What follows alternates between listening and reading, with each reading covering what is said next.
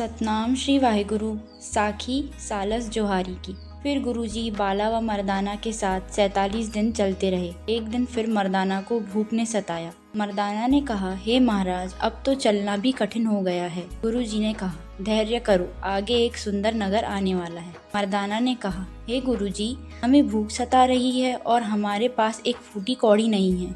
तब गुरुजी ने पाँव से रेत बखेरी और उसमें एक लाल पत्थर निकला। मर्दाना को गुरुजी ने उठाने की आज्ञा दी। मर्दाना ने कहा, हे महाराज, मैं पत्थर का क्या करूं? जब तक पेट में कुछ नहीं जाएगा तब तक कीमती वस्तु का भी कोई लाभ नहीं है। गुरुजी ने कहा, देखो मर्दाना, नगर आने लगा है। मर्दाना ने कहा, गुरुजी, नगर अभी 3 कोस दूर है। तब बातों बातों में गुरुजी ने मर्दाना से पूछा, मर्दाना, क्या तुम इस नगर का नाम जानते हो? मर्दाना के नहीं कहने पर गुरुजी ने कहा, इस नगर का नाम विशंबरपुर है। बाजार जाओ और किसी जुआरी को यह पत्थर बेचकर पैसे ले आओ, परंतु जो भी कीमत हो मुझे आके बताना। मर्दाना एक जुआरी के पास गया। उसे जुआरी ने 3 पैसे बताई, परंतु मर्दाना उसकी कीमत गुरुजी को बताने आए। गुरुजी ने कहा, बड़े जुआरी के पास जाओ, यहाँ एक जुआरी है जिसका नाम सालस राय जुआरी है। मर्दाना जुआरी के पास आए। जुआरी ने जब पत्थर देखा, उसमें लिखा था, लाल पत्थर को देखने का मूल्य 100 रुपये है। उसने पैसे देकर पत्थर अपने पास रख लिया।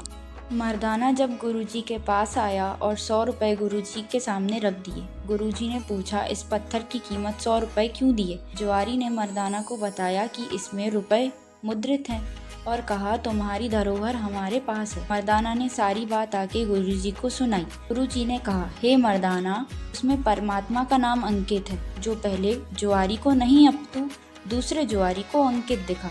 मर्दाना, तुम अपनी भूख प्यास सहन करो या उस पत्थर को अपने अधिकार में लो। मर्दाना जुआरी के पास जाकर पैसे देकर उस पत्थर को मांगा। जुआरी ने कहा, यह 100 रुपये इस पत्थर की मुँह दिखाई है पैसे और यह पत्थर तुम्हारा है।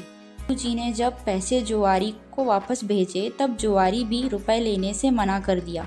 मर्दाना कई बार गुरुजी और जुआरी के चक्कर लगा लगा कर थक गया। पैसे जुआरी के यहाँ रखाया। यह देखकर जुआरी ने नौकर को मर्दाना के पीछे भेजा। नौकर ने नगर के बाहर 3 साधुओं को बैठा देखा। गुरुजी सर्वज्ञ थे, जान गए मर्दाना को भूख काफ़ी लगी थी। उतने में जुआरी भी वहाँ आ गए। 100 रुपये गुरुजी के चरणों में रख दिए और गुरुजी से उसका परिचय पूछा। गुरुजी ने कहा, हम नानक निरंकार हैं और हमारा भेद भी निरंकार है, इसलिए यह रुपए आप ही रखो, हम तो साधु हैं, यह पैसे हमें शोभा नहीं देते हैं। जुआरी ने कहा, गुरुदेव, आप रुपए तो नहीं परंतु यह मेवा पकवान स्वीकार करें। मन ही मन मर्दाना सोचने लगे, बहुत भूख लगी है, जी मान लें तो अच्छा है। गुरुजी ने वहाँ प्रसाद मर्दाना को दिया। सालस जुआरी गुरुजी की अपार शक्तियों को पहचान गए और प्रार्थना की कि आप मेरी मुक्ति करो। गुरुजी ने कहा, यदि तुम अपने इस नौकर पर गिरो तो भवसागर को पार कर जाओगे। सालस ने गुरुजी की आज्ञा मान ली। अब गुरुजी ने सालस व उनके नौकर पर कृपा दिखाई और उन्हें ईश्वर नाम से जोड़ दिया। और सालस जुआरी से कहा, तुम्हारी आयु 2 वर्ष 7 महीने की है। तत्पश्चात तुम्हारा ये चक्र मंजी का अधिकारी होगा। तुम्हारी संतान का भी इस पर कोई अधिकार नहीं होगा। ये परमात्मा की आज्ञा है। सतनाम श्री वाहिगुरु। यह साखी अपने सगे संबंधियों मित्रों को सुनाकर उनका भी जीवन सफल बनाए। धन्यवाद।